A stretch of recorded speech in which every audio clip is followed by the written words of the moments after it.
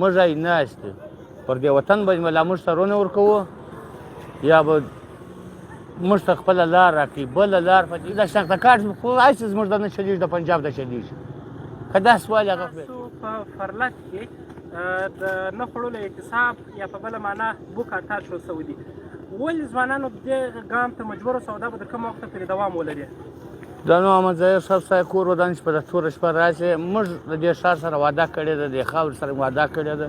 چې دا زموږ مور ده د مور سره موږ په ژوند بې وفایي نه کوو بل طرف ته چې زموږ عوام ته ویني څوک بچیان و چاته ورکوي څوک د ماښام ډوډۍ نه لري هغه سهار ماښام بغارې ویي نو موږ به د خپلو مشرانو ته وایي چې دا ستۍ د بېغورۍ سره موږ ناست یو خپل ځانونه سپلنې کوو عوام هېڅکله نه سپلنې کوو سار خلک وایي دا په فلاني ځای ورځي لا پر فلاني ځای ورځي لا ملک خراب کوي لا فلانا کوي هسې به موږ ته چله جوړوي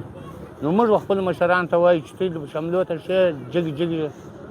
لونګۍ وتړئ موږ یې ناست یو پر دې وطن به لا موږ سرونه ورکوو یا به موږ ته خپله لار راکړي بله لار په دې کې نشته موږ اوله په 80 کال کې نه بند شوي اوس مې څنګه بندوي اوس څنګه پاسپورټ راباندې نازلوي خدای په دې پوهېږي په دې وطن کې سړی نشته بس دا بچیان بس بدني بیا به هغه دوی سره وګورو او دا ریاستي ادارو ته م وایم د ښار مشرانو ته م وایم پالټیانو ته م وایم که زما یو سړی زخمي شو لا یو سړی ضایع شو والله علاقه یو سرکاري ځای پرېږدم بیا و ټول چمن ته قسم ورکوم چې دوی به راوځئ پر سرکاري ځای به ورځئ اول خو موږ پاس کړو 90 شپې 100 شپې ناست دا خلک نه پرېږدي بس دی مې وژنله سهار په بله لار مړو په وژه مړو دلته به سم مړو شو دا خو لا اوس 15 کسان ناست دي قسم په خدای 1500 کسان دي موږ یې سمبالوی نه شو دا به بیا موږ لږ لږ کوو د هر افسر دفتر او مخ ته به کښېنوو د هر خان د کور او مخ ته به کښېنوو چې دا دي بس دوی مشران وس د 80 کاله موږ ته دا پیدا راورسېده چې زموږ پوښتنه دوی نه وکړه نه اوس کوئ د اوسه پر دوی په خپل کمپین و په خپل قومي و په صوبایي سخته دي ښه د لوږې مرې د ده د کار سم تاسو په دغه نه خوړلو اعتصاب کې یا په بوک اټاچ په بله معنا معذورین هم ناست دي هغوی هم دغه شي ته مجبور شي خو اول زه د خلکو نه پرېښوم زه دا ته مجبوره یم معذورین ولې نه دي په پښو شوټ تا ولیدل ناست دا د هېچا سره نه شرمېږي موږ ریلي وکړه په دې ښار کې 3 لک انسانان راووتو بله ریلي مې وکړه معذوران ته یې ولیدل بل مې ولیدل بچیان موږ له راوایستو دا ظالم ریاست یې نه اوري